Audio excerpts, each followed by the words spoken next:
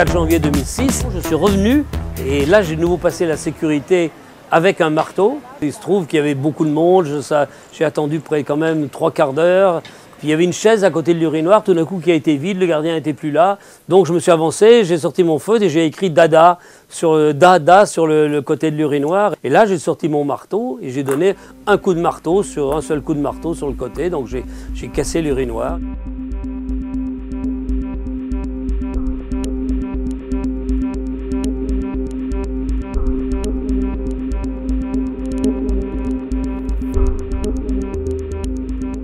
Commettre une performance, j'insiste sur le terme, c'est risquer de déséquilibrer, de déstabiliser aussi d'autres personnes. Duchamp n'a jamais cassé l'œuvre de quelqu'un d'autre pour être connu. Je ne connais pas d'artiste qui se soit servi comme ça de la destruction volontaire de l'œuvre d'un autre artiste pour être connu. Je ne connais pas de gens aussi héroïques que Pinochelli, je peux le dire. Hein. C'est ça qui est extraordinaire et c'est ça qui est navrant un petit peu. Il ne joue pas le jeu de la transgression marchande et médiatique institutionnelle. C'est-à-dire qu'il va un petit peu trop loin. Je pense, donc je chie. Il prend des risques et il faut dire que autant, je crois justement à l'époque Dada, à l'époque historique de Dada, les artistes, certains d'entre eux en tout cas, étaient capables de prendre des risques, autant aujourd'hui c'est un peu moins fréquent ça.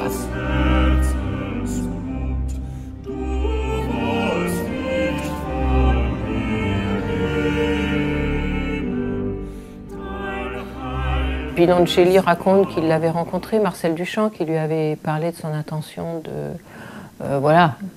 d'agir d'une façon ou d'une autre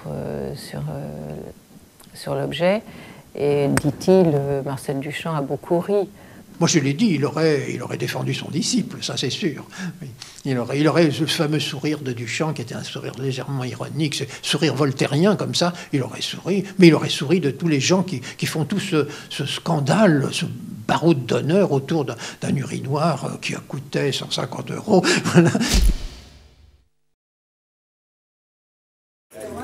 Moi, attendez, moi je fais 3 cafés, 2 poissons et un lait. Moi, attendez, 2 poissons et un lait.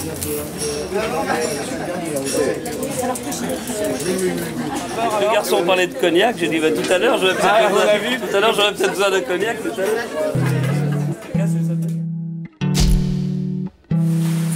Et Jacques est content, non mais comme dit Jacques, tu aurais pu aller jusqu'à une caisse, dit Jacques, au lieu de 2 bouteilles. Voilà, d'accord. D'accord, au revoir ma chérie. Oui, d'accord, au revoir ma chérie. Bon, merci Jacques. Parce que vous doutiez qu'il n'y aurait rien. J'ai toujours cru, depuis que je suis descendu chez Pierre à Saint-Rémy-de-Provence et qu'on s'est rencontré avec l'avocat, etc., et qu'on a argumenté, qu'on a bâti, etc., etc. Et j'ai parié avec Marie-Claire, j'ai voulu parier avec elle une caisse de champagne, elle a eu peur. Alors elle a dit 2, alors j'ai dit ok 2, donc je viens de lui téléphoner en lui disant qu'elle allait mettre au frais. Voilà. Si vous considérez que le Centre Pompidou est la victime, eh bien le Centre Pompidou a été indemnisé puisqu'il n'était recevable que sur le plan des frais de restauration, qui ont été d'ailleurs très généreusement fixés à 14 352 €. Parce que le Centre Pompidou, on a fait une affaire de gros sous alors que c'est un acte artistique donc désintéressé. Je peux dire que j'ai gagné dans le sens que j'ai pas de gros sous à payer, même si payer 14 652 € pour une réparation pour un urinoir qui vaut 80 € dans le commerce, c'est hors de prix, quoi. Parce qu'à ce moment-là, moi je vais me faire réparateur d'urinoir.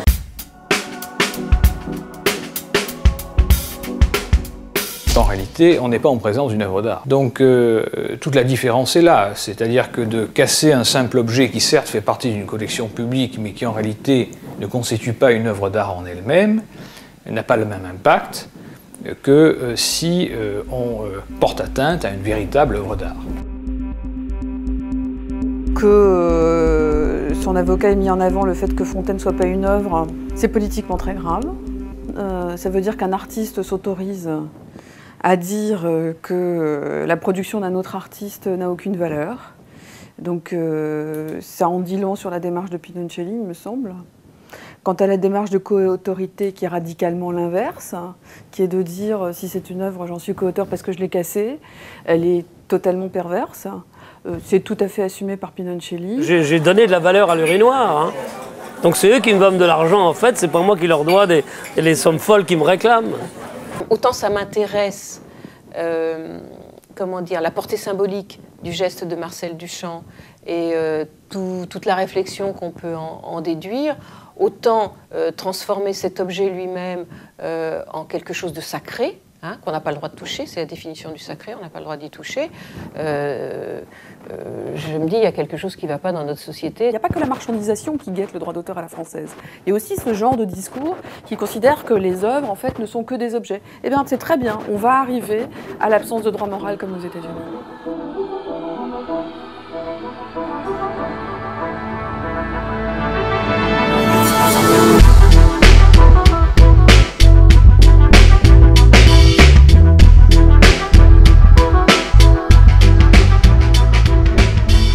C'était un hommage à Duchamp que j'ai rendu pour lui redonner ses véritables valeurs et pour, disons, que l'institution avait complètement massacré, trahi. Ils ont trahi Duchamp. Bon, j'ai redonné à Duchamp un peu sa violence et ce qu'était Dada à l'époque, quoi. Dans le L, dans un L spécial, il y avait écrit « Soyez Dada ». Vous voyez, c'était le titre du journal, comme on pouvait être dada, comme soyez fou, comme vous soyez dingue ou soyez marrant, mais soyez dada, comme c'est devenu une sorte, alors que ça a été vraiment un mouvement violent de remise en question, même de la vie, de l'art, de tout, le dada. Et là, c'est devenu quelque chose de complètement édulcoré, qui n'a plus rien à voir avec dada. De la même façon que l'urinoir, pour l'institution, on avait refait un objet complètement comme une sculpture normale, et voilà, donc la valeur était une valeur encore d'argent, alors que ce n'était pas du tout l'esprit. Le dadaïsme, c'est plutôt une façon d'être, une façon de vivre, une façon de protester, de s'inscrire contre une société qui était devenue folle et tout.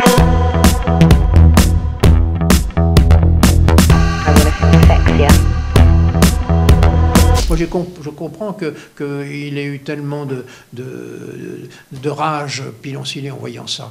Parce que c'était vraiment pour les professeurs, c'est le dada des professeurs, vous voyez. Donc c'est pas le dada de la révolte, c'est pas le dada vivant, le dada qui conteste.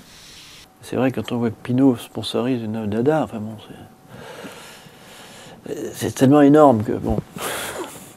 Il a surtout montré l'absurdité de tous les systèmes de légitimation qui sont mis en œuvre pour accorder à cette œuvre à la fois une valeur symbolique pour tenir un système, le système institutionnel, mais aussi pour tenir tout le système marchand, tout le système qui a fabriqué ce qu'on appelle cet art contemporain, disons, qui est à la fois un mélange d'institutionnalité et de grand marché, qui n'a plus rien à voir ni avec l'art, ni avec la poésie, ni avec l'humour, ni avec quand même ce qu'incarnait Duchamp.